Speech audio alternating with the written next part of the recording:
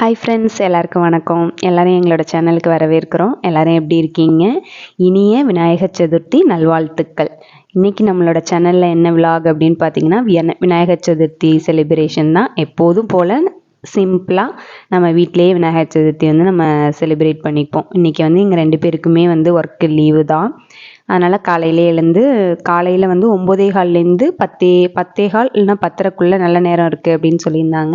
சரி, அந்த டைம்லேயே வந்து நம்ம சாமி கும்பிட்டுறலாம் அப்படின்ட்டு நாளே வந்து வீடு க்ளீனிங் அந்த மாதிரி எல்லா ஒர்க்கும் முடிச்சிட்டோம். காலையில் எழுந்து கொழுக்கட்டை செஞ்சு நம்ம சாமி கும்பிட்றது மட்டும்தான் வேலையாக இருக்கும். எப்போதுமே எந்த ஃபெஸ்டிவலாக இருந்தாலும் சரி, அன்னைக்கு வந்து வீடு துடைக்கிறது, வேலை பார்க்குறது அப்படிங்கும்போது நம்ம ரொம்ப டயர்டாகிடுவோம். எப்போதுமே நாளே எல்லாத்தையும் முடிச்சு வச்சிட்டோம்னா அந்த ஃபெஸ்டிவல் அன்னைக்கு எழுந்து நம்ம பிரசாதம் அந்த மாதிரி ரெடி பண்ணிவிட்டு சாமி கும்பிடும்போது நமக்கும் கொஞ்சம் ஒர்க்கு கம்மியாக இருக்கும், ரிலாக்ஸாகவும் இருக்கும். நான் வந்து ரெடி ஆகிட்டு இருந்தேன், குளிக்க போயிருந்தேன். அப்போ எங்கள் ஹஸ்பண்டே வந்து பூஜை ரூம் எல்லாம் க்ளீன் பண்ணிவிட்டு பூவெல்லாம் எல்லாருக்கும் வச்சுட்டாங்க. இப்போ விநாயகர் வந்து முன்னாடி வந்து கேட்டுக்கு முன்னாடி நாங்கள் கண்திஷ்டி விநாயகர் வச்சுருந்தோம். அவங்களையும் நல்லா தொடச்சிட்டு சந்தன குங்குமம் வச்சுட்டு வீட்டுக்குள்ளே என்ட்ரன்ஸ் ஆகும்போது ஒரு விநாயகர் படம் வச்சுருந்தோம். அதையும் தொடச்சிட்டு மஞ்சள் குங்குமம் வச்சுருந்தாங்க. அதுக்கப்புறம் சாமி ரூமில் வந்து வெள்ளை எருக்க செடியில் செஞ்ச ஒரு விநாயகர், சின்னதாக விநாயகர், அதுதான் அவங்க தான் இருந்தாங்க எங்கள் வீட்டில் சிலை மாதிரி. அவங்களுக்கும் சந்தனம் குங்குமம்லாம் வச்சாச்சு. புதுசாக நாங்கள் எந்த ஒரு விநாயகர் சிலையும் வாங்கலை. ஏன்னா அது வாங்கினோம்னா அது விநாயகர் சதுர்த்தி அன்னைக்கு சிலை வாங்கினா திரும்பி கொண்டு போய் கரைச்சிடணும்னு சொன்னாங்க. கரைக்கிறதுங்கிறது ரொம்ப கஷ்டமான விஷயம், நமக்கு அது கஷ்டமாக இருக்கும். அப்படிங்கிறதுனால நாங்கள் எந்த வருஷமும் விநாயகர்லாம் வாங்கினதில்லை. வீட்டில் இருக்க விநாயகர் போட்டா வச்சு சாமி கும்பிட்டுப்போம். அதுக்கப்புறம் என்ன ரெடி பண்ணோம் அப்படின்னா, விநாயகருக்கு ரொம்ப பிடிச்ச மோதகம் தான் ரெடி பண்ணோம். கொழுக்கட்டையோட ஒரு வெரைட்டி தான் வந்து இந்த மோதகம் அப்படின்னு சொல்லுவாங்க. ஃபஸ்ட்டு வந்து இந்த நாங்கள் வந்து பூரணம், அந்த மோதகத்துக்கு பூரணம் ரெடி பண்ணோம். பூரணத்துக்கு தேவையான கடலப்பருப்பை வந்து நாள் நைட்டே ஊற போட்டு வேக வச்சு நான் எடுத்து வச்சுருக்கேன். அதோட தேங்காயும் தேவைப்படும் பூரணத்துக்கு. தேங்காவை வந்து கீந்து அதை வந்து மிக்சியில் போட்டு நல்லா சுற்றினோம்னா அப்படியே திருவின மாதிரி வந்துடும்.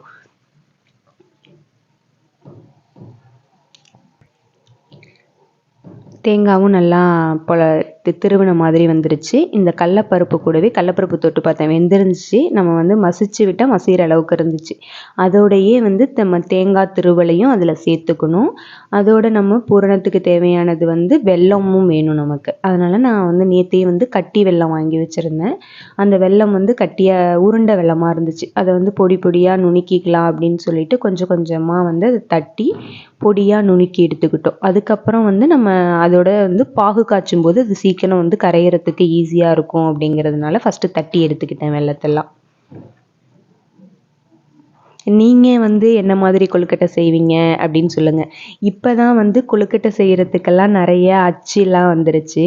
ஆனால் முன்னாடியெல்லாம் நாங்கள் சின்ன பிள்ளையாக இருக்கும்போதெல்லாம் விநாயகர் சதுர்த்தினா எங்கள் அம்மா வந்து எங்களுக்கு இந்த மாதிரி தான் செஞ்சு கொடுத்துருக்காங்க.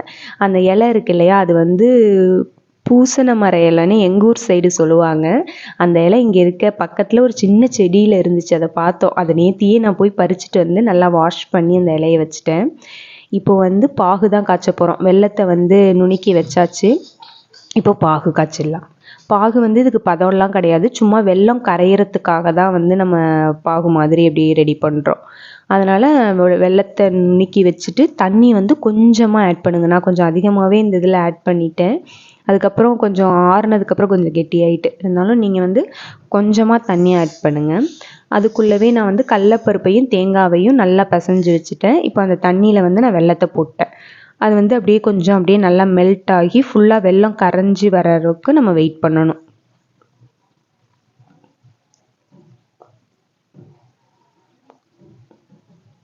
நாங்கள் வந்து இன்றைக்கி 2 டைப்பு கொழுக்கட்டை பண்ணலாம் அப்படின்னு தான். ஒன்று வந்து மோதகம், இலையில வச்சு மோதகம் மாதிரி ரெடி பண்ணலாம். இன்னொன்று வந்து புடி கொழுக்கட்டை மாதிரி ரெடி பண்ணலாம் அப்படின்னு தான். காலையில் வந்து பிரேக்ஃபாஸ்ட்டெல்லாம் தனியாக எதுவும் பண்ணலை. கொழுக்கட்டையே வந்து பிரேக்ஃபாஸ்ட்டாகவும் நம்ம வச்சுக்கலாம் அப்படின்னு சொல்லிட்டு 2 in 1 இருக்கட்டும் அப்படின்னு அதை தான் ரெடி பண்ணணும். வெல்லம் வந்து கரைஞ்சிட்ருக்க நேரத்தில் நம்ம வந்து கொழுக்கட்டைக்கு தேவையான மாவு பிசைஞ்சிக்கலாம். எப்போதுமே நாங்கள் கடையில எல்லாம் கொழுக்கட்டை மாவு வாங்கி கொழுக்கட்டையெல்லாம் செஞ்சது கிடையாது. எதுனாலும் வீட்டில் வந்து ரெடி பண்ணி வச்சது தான். இது அரிசி மாவு, இது பச்சரிசி மாவு. இந்த மாவில் தான் நாங்கள் கொழுக்கட்டை ரெடி பண்ணோம். இதே மாவில் நாங்கள் இடியாப்பமும் செய்வோம், அதுவுமே சூப்பராக வரும். தேவையான அளவு மாவு எடுத்துட்டு அதுக்கு தேவையான அளவு உப்பு போட்டுக்கலாம். நம்ம சைட் பை சைடு வந்து அந்த வெல்லமும் வந்து அடி பிடிச்சிடக்கூடாது அப்படின்னு கிண்டிகிட்டு இருந்தேன். தேவையான அளவு சால்ட்டு ஆட் பண்ணிக்கணும். ஆட் பண்ணி நம்ம வந்து கொஞ்சம் கொஞ்சமாக தண்ணி ஊற்றி இந்த மாவை வந்து மிக்ஸ் பண்ணணும். எப்போதுமே எடுத்தோடனே தண்ணி வந்து நிறைய ஊற்றிட்டோம் அப்படின்னா ரொம்ப அது அந்த கன்சிஸ்டன்சிக்கு வராமல் இருக்கலாம். அதனால் எப்போதுமே நம்ம சப்பாத்தி மாவெல்லாம் பிசைவோம் இல்லையா, கொஞ்சம் கொஞ்சமாக தண்ணி ஆட் பண்ணி அந்த மாதிரி கொஞ்சம் கொஞ்சமாக தண்ணி ஆட் பண்ணி மாவு பிசைஞ்சிட்டு இருந்தேன். கொஞ்சம் கொஞ்சமாக அப்படியே தண்ணி ஊற்றி மிக்ஸ் பண்ணி மாவு வந்து நம்மளுக்கு இந்த கொழுக்கட்டையெல்லாம் பிடிக்கிற பதத்துக்கு வரும். இடியாப்பத்துக்கு வந்து கொஞ்சம் இலக்கமாக வந்து பிசையணும். ஆனால் வந்து கொழுக்கட்டைக்கு கொஞ்சம் கெட்டியாக இருக்க மாதிரி நார்மலாக சப்பாத்தி மாவுலாம் பிசையிற மாதிரி பிசையலாம். இப்போ திடீர்னு ஏன் ஆரோவை காமிக்கிறோம் அப்படின்னா, எங்கள் வீட்டில் ஆரோ மாட்டியிருக்கோம். நிறைய பேர் வீட்லேயும் ஆரோ வந்து வச்சுருப்பீங்க. இருந்தாலும் கூட குடத்துல வந்து தண்ணி வச்சுருக்க மாட்டாங்க. அந்த ஆரோவில் தண்ணி பிடிச்சி தான் சமையலுக்கு எல்லாத்துக்குமே வந்து யூஸ் பண்ணுவாங்க. ஆனால் எப்போதுமே நம்ம வீட்டில் அந்த ஆரோ வச்சுருந்தாலும் கூட அது ஒரு குடத்துல நிற குடத்துல தண்ணி இருக்கணும் அப்படின்னு சொல்லுவாங்க. இப்போ நம்ம வீடு குடி போகிறோம், எந்த ஒரு நல்ல விஷயம்னாலும் நிறக்குடம் தண்ணி வைக்கிறோம் இல்லையா, அந்த மாதிரி நீங்களும் உங்கள் வீட்டில் இந்த வீடியோ பார்க்குறவங்க ஆரோ இருந்தாலும் ஒரு சின்னதாக ஒரு குடத்துல வந்து நம்ம தண்ணி பிடிச்சி வச்சு அதை வந்து யூஸ் பண்ணலாம். அதுக்காக தான் அந்த இது ஒரு டிப்ஸாக இருக்கட்டும் அப்படின்னு தான் சொல்லியிருந்தேன். வெல்லமும் வந்து அதுக்குள்ளே நல்லா வந்து கரைஞ்சிருச்சு. அதோட நம்ம சேர்த்து வச்சுருந்த கடலப்பருப்பும் தேங்காயும் மிக்ஸ் பண்ணி வச்சுருந்தோம் இல்லையா, அதையும் வந்து அந்த வெள்ளை பாகோடையே ஆட் பண்ணி நல்லா நம்ம வந்து கிண்டிக்கலாம். நல்லா கிண்டும் போது கொஞ்சம் கெட்டியாக வந்துடும். நான் கொஞ்சம் எக்ஸ்ட்ரா தண்ணி ஆட் பண்ணிட்டேங்கிறதுனால எனக்கு கொஞ்சம் இலக்கமாக இருந்தது. நீங்கள் வந்து தண்ணி வந்து கொஞ்சம் கம்மியாக ஆட் பண்ணிக்கோங்க. நான் நல்லா மிக்ஸ் பண்ணிவிட்டு கடைசியாக வந்து ஃபேனில் வச்சு நல்லா ஆற வச்சுட்டேன். ஆற வச்சோன்னே கொஞ்சம் தேவையான அளவுக்கு அந்த கன்சிஸ்டன்சி வந்து எனக்கு கிடச்சிருச்சு. சரி, அது அந்த ரெடி ஆகிட்ருக்கட்டும் அப்படின்னு சொல்லிட்டு மஞ்சளில் வந்து ஒரு விநாயகர் பிடிச்சி வைக்கலாம் அப்படின்னு சொல்லிட்டு மஞ்சளில் தான் விநாயகர் பிடிச்சிட்டு இருந்தேன். நம்ம எவ்வளோ விநாயகர் வாங்கி வச்சாலும் சிலை இருந்தாலும் மஞ்சளில் விநாயகர் பிடிக்கிறது ரொம்ப விசேஷம். நம்ம என்ன ஃபங்க்ஷன் செஞ்சாலும் சரி, என்ன பண்ணாலும் ஒரு பிடி மஞ்சளில் விநாயகர் பிடிச்சி வச்சோம்னா விநாயகரே வந்துட்டார் அப்படிங்கிறது மாதிரி ஒரு ஐதீகம்னு சொல்லுவாங்க. அதனால தான் நானும் மஞ்சளில் வந்து விநாயகர் பிடிச்சி வச்சேன்.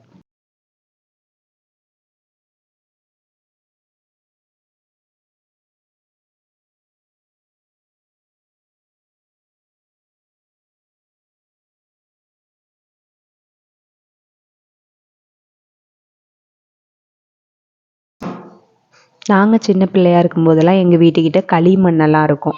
அதை வச்சு நாங்களே சின்ன சின்னதாக விநாயகர் சிலையெல்லாம் வந்து சின்னதாக எங்களுக்கு தெரிஞ்ச மாதிரி செஞ்சிட்ருப்போம். இப்போ வந்து இந்த பாகுமே வந்து நல்லா ஃபேனில் வந்து ஆற வச்சு நல்லா ஓரளவு ஆறிடுச்சு. அதுக்கப்புறம் நம்ம தேவையான அந்த பூரணம் வந்து இப்போ ரெடி ஆகிட்டு, இப்போ வந்து கொழுக்கட்டை தான் மோதகம் வந்து பண்ண போகிறோம். அந்த இலையில வந்து மாவை வந்து ஸ்ப்ரெட் பண்ணணும். அப்படியே ஸ்ப்ரெட் பண்ணிவிட்டு நடுவில் வந்து நம்ம ரெடி பண்ணி வச்சுருக்க பூரணத்தை வந்து வச்சு க்ளோஸ் பண்ணிட்டோம் அப்படின்னா அழகாக மோதகம் வந்து கிடச்சிரும். மோதக பிரியர் அப்படின்னு சொல்லுவாங்க விநாயகரை. அதனால தான் இன்றைக்கி மோதகம் ட்ரை பண்ணியிருந்தோம்.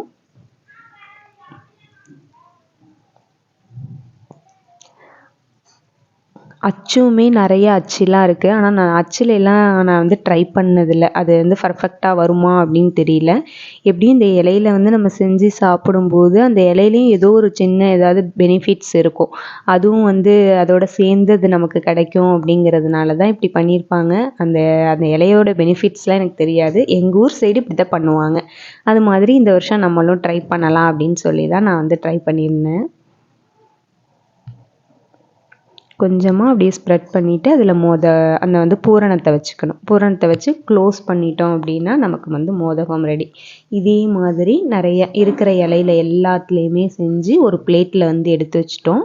இதை வந்து இட்லி பானையில் வச்சு தான் வந்து வேக வைக்கணும்.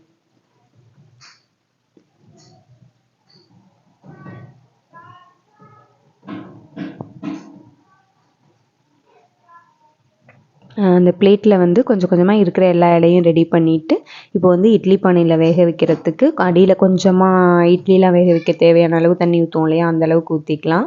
ஊற்றிட்டு இட்லி அந்த தட்டுலையே வந்து ஒரு துணி போட்டுட்டு அது மேலே வந்து அந்த மோதகத்தெல்லாம் ஒன்று ஒன்றா எடுத்து அதில் வச்சு நம்ம க்ளோஸ் பண்ணிட வேண்டியதுதான். ஒரு 10 மினிட்ஸ் இருந்தாலே இது நல்லா வெந்து வந்துடும். அந்த இலையோட அந்த கலரெல்லாம் சேஞ்ச் ஆகி வரும்.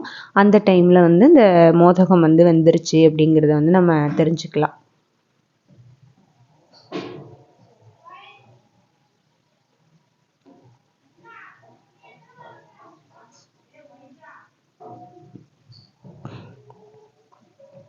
இப்போ மூடி போட்டாச்சு. இப்போ அடுத்து என்னென்னா புடி கொழுக்கட்டைக்கு ரெடி பண்ணலாம் அப்படின்னு மீதமுள்ள பூரணத்துலேயே அந்த மாவை போட்டுட்டேன்.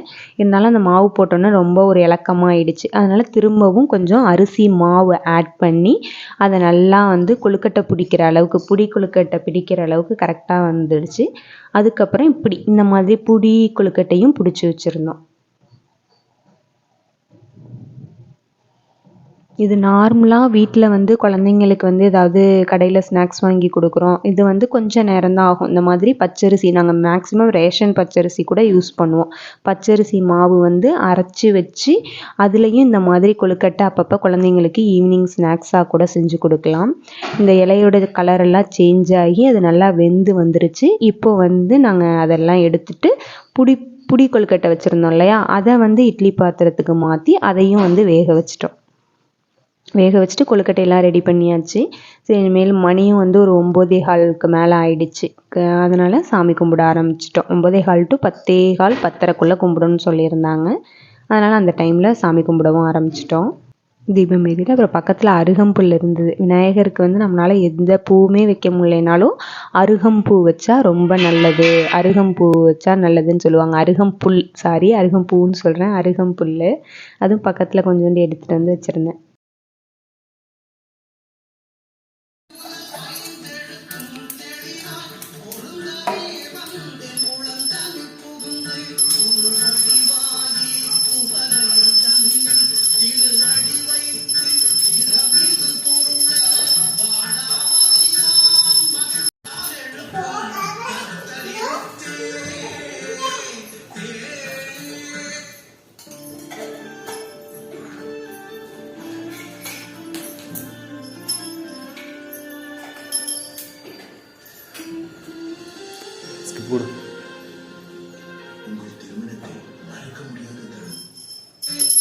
சாம்பிராணி, அதுக்கப்புறம் சூடம் இதெல்லாம் காமிச்சு ஃபுல்லாக வந்து எல்லோரும் சேர்ந்து சாமி கும்பிட்டு ஃபினிஷ் பண்ணிட்டோம்.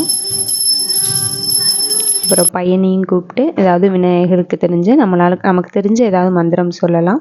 ஓம் கம் கணபதியே நமக, அது கூட சிம்பிளாக இருந்தாலும் நல்லாயிருக்கும் அந்த மந்திரம், அது கூட சொல்லலாம். அப்புறம் குழந்தைங்க கேட்க ஆரம்பிச்சிட்டாங்க கொழுக்கட்டையை.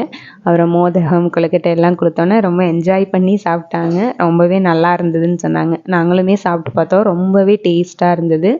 நீங்களும் ட்ரை பண்ணி பாருங்கள். இந்த மாதிரி இலை கிடைச்சாலும் அந்த இலையில வச்சு செஞ்சு பாருங்கள். சப்போஸ் இந்த இலை கிடைக்கலைன்னா வாழை இலையில கூட நம்ம செய்யலாம். இந்த பாருங்கள், அப்படியே அந்த ஷேப்பில் வந்துட்டு கடையில எல்லாம் கிடைக்கிற அச்சு மாதிரி அழகாக இது அப்படியே ஓப்பன் பண்ணி உடச்சி பார்த்தோம்னா உள்ளே அழகாக இருந்துச்சு. உள்ள பூரணம், வெளியில் வந்து ஒயிட் கலரில். இனிய விநாயகர் சதுர்த்தி நல்வாழ்த்துக்கள். விநாயகரோட அருளால் எல்லா வளமும் நலமும் பெறுறதுக்காக வாழ்த்துக்கள். தேங்க்யூ.